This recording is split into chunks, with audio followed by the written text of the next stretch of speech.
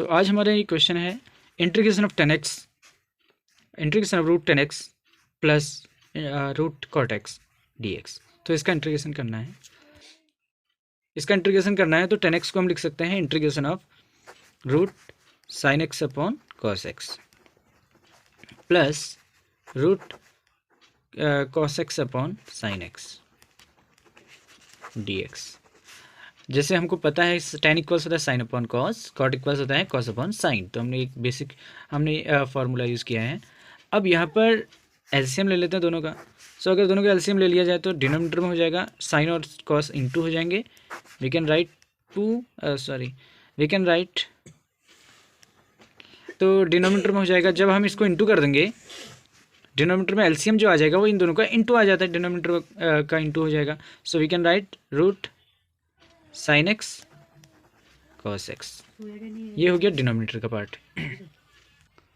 तो डिनोमिनेटर में आ गया साइन एक्स कॉस एक्स, और ऊपर क्या हो जाएगा, जैसे एलसीएम में हम क्या करते हैं, ये वाला टर्म से ये टर्म कैंसिल हो जाएगा, जो बचा हुआ टर्म है ऊपर इंटू हो जाता है। तो रूट साइन एक्स से रूट साइन एक्स इंटू हो जाएगा, क्या हो जाएगा साइन एक्स प्लस, और यहाँ रूट कॉस एक्स से रूट कॉस एक्स इंटू होगा, क्योंकि साइन से साइन कट जाएगा। रूट कॉस से रूट कॉस इंटू होगा तो क्या हो जाएगा कॉस एक्स dx। अब यहाँ पर हम एक काम करते हैं, ऊपर नीचे रूट 2 से इंटू कर देते हैं, क्योंकि अगर हम इसको सेपरेट अगर साइन के अपॉन में लें और कॉस के अपॉन में लें तो कॉम्प्लेक्स कैलकुलेशन होगा। कैलकुलेशन का आसान बनाने के लिए हम एक ट्रिक यूज़ करते हैं, रूट 2 से ऊपर नीचे इंटू करते हैं, और ऊपर वाले रूट 2 का कोई यूज़ नहीं है तो उसको हम साइड बाहर रख लेते हैं। We can write root 2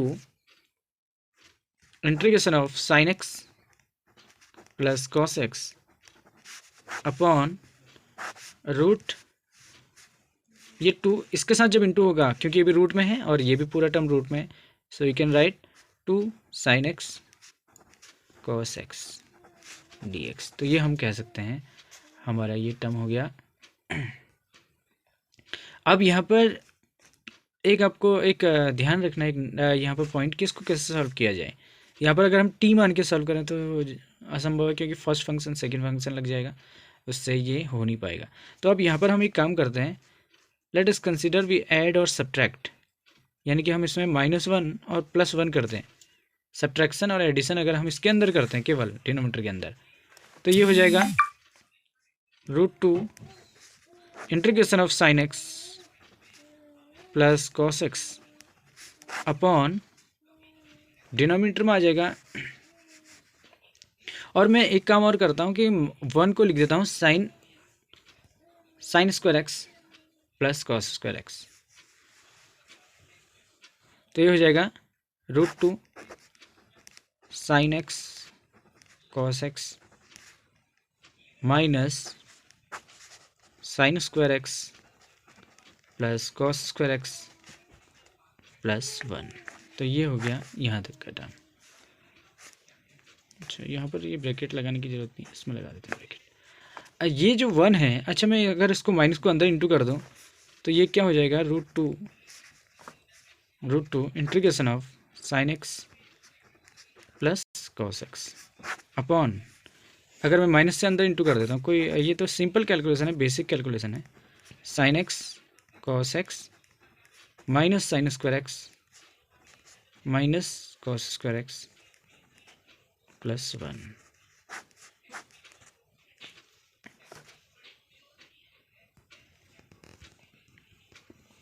one को थोड़ा सा आगे लिख लेते हैं। We can also write root 2 integration of, ये केवल अरेंजमेंट है, वैसे इसमें कोई बड़ा कैलकुलेशन नहीं है, ये dx इसमें चलते रहेगा अपॉन। अब यहाँ पर हम 1 को मैं अगर आगे लिख लेता हूँ, सो इट बिकम 1। अगर मैं तीनों में से माइनस कॉमन ले लूँ, so we can write 1 minus, ये हो गया 1 माइनस 2, ये हो जाएगा, क्योंकि ये प्लस का टर्म है, माइनस हम कॉमन ले रहे हैं, हम तीनों में से माइनस को कॉमन ले रहे हैं, तो यहाँ माइनस तो था ही नहीं, तो जब हम माइनस कॉमन लेते हैं तो क्या हो जाएगा माइनस। या हम ऐसा करते हैं, हम लिख सकते हैं, ये साइन क्या हो जाएगा प्लस का हो जाएगा, sign square x plus cos square x, minus common ले रहे हैं तो ये प्लस हो जाएंगे, और ये टर्म प्लस का था तो ये टर्म क्या हो जाएगा माइनस का हो जाएगा, -2 साइन एक्स कॉस एक्स। क्या किया हमने, 1 को आगे से लिख लिया, पीछे और लास्ट में और फर्स्ट में लिख सकते हैं, उससे कोई फ़र्क नहीं पड़ता है। अब यहाँ पर ये 1 को हमने आगे लिख लिया है और ये तीनों में से माइनस कॉमन ले लिया, तो माइनस कॉमन लेने से साइन अपोजिट हो जाएंगे। तो ये हमारा ये टर्म है और मैं इसको क्या लिख सकता हूँ, sine x plus minus cos x का whole square. We can write this term as a sine x minus cos x का होल स्क्वायर। तो ये टर्म यहाँ पर sine x minus cos x का whole square, a square plus b square minus 2ab, इस फॉर्मूले का use करके हम इसको लिख सकते हैं sine x minus cos x का होल स्क्वायर। तो यहाँ पर मैंने रख दिया है one minus sine x minus cos x का होल स्क्वायर। तो ये टर्म हमारा यहाँ तक क्लियर हो गया। अब हम क्या करते हैं, अगर इसको टी रख दें, अगर देखिए ये अगर मैं टी रखता हूँ तो क्या हो जाएगा, sine x minus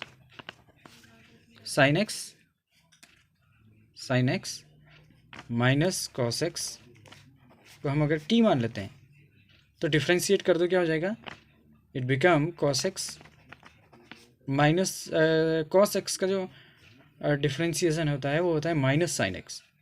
so minus और माइनस हो जाएगा plus, you can right plus sine x D x equals D T. तो यहाँ पर सेम टर्म ये भी है और ये भी वही टर्म है, तो इसका मतलब ऊपर हम क्या लिख सकते हैं, डी टी लिख सकते हैं, जो सब्सटीट्यूशन है। You can write root two integration of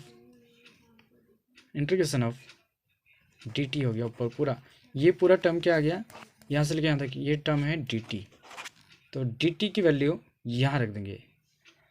अब क्या बचा हमारा, ऊपर तो डी टी हो गया, अपॉन नीचे 1 तो है ही, minus sine x minus cos x को हम क्या लिखेंगे, टी का स्क्वायर, और ये पूरा टर्म था रूट के अंदर।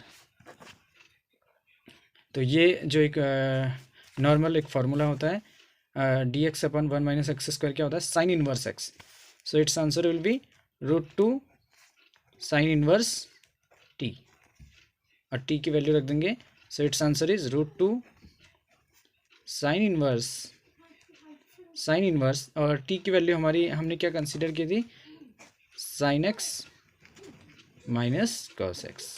सो this is the final answer of the question. Very tricky question, अगर आप इसको प्रैक्टिस करेंगे 1-2 बार तो उतना डिफिकल्ट नहीं है। क्वेश्चन को क्विकली रिवाइज किया जाए तो देखेंगे कि हमारे पास क्वेश्चन था integration of root 10x plus root cot X. 10 को रखा साइन अपॉन कॉस, कॉट को रख दिया कॉस अपॉन साइन।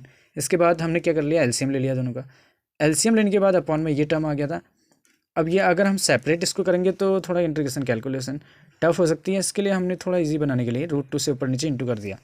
रूट 2 से इंटू करने के बाद ऊपर वाले रूट 2 को हमने बाहर ले लिया है, उसका कोई यूज़ नहीं है। नीचे वाले रूट 2 को हमने अंदर इंटू कर दिया रूट के साथ टर्म में, तो ये हो जाएगा root 2 sine x cos X. इसको प्लस माइनस 1 कर दिया, 1 ऐड और सब्ट्रैक्ट किया। जैसे हमको कभी भी 2 साइन एक्स कॉस एक्स दिखता है तो हमारे माइंड में ए प्लस बी का होल स्क्वायर या माइनस बी का होल स्क्वायर बनना चाहिए, उसके लिए हमको 1 टर्म ऐड या सब्ट्रैक्ट करना होता है। अब हमने क्या कर लिया, क्योंकि प्लस वाले टर्म से हमारा ए प्लस बी का होल स्क्वायर आता, sign x plus cos x का होल स्क्वायर आता, माइनस यहाँ पर अगर हम ये वाला टर्म लेते हैं तो जिससे सॉल्यूशन नहीं हो पाता, इसलिए मैंने -1 वाले को sine x plus cos x का whole sine square x plus cos square x लिया है। 1 को हमने क्या लिख लिया, sine square x plus cos square x, minus term बाहर से ऐसा ही है और +1 ऐसा ही है। ये 1 को हमने थोड़ा सा पकड़ के आगे रख दिया है, तो 1 को फर्स्ट में रख लिया और यहाँ पर माइनस से अंदर इंटू कर दिया है और ये 1 को पकड़ के आगे रख दिया। सो इट बिकम 1 माइनस, जब हमने माइनस कॉमन ले लिया सब में से, इन सारे टर्म में से माइनस कॉमन ले लिया, 1 को आगे लिखा है, it become 1 minus sine square x plus cos square x, ये हो जाएगा -2 साइन एक्स कॉस एक्स। तो ये हो गया sine x minus cos x का होल स्क्वायर। सो यहाँ पर मैंने इसको लिख दिया। यहाँ पर से तो कैलकुलेशन आसान है, यही पॉइंट सबसे एक क्रिटिकल पॉइंट है, उसके बाद कैलकुलेशन बहुत इजी है। We can right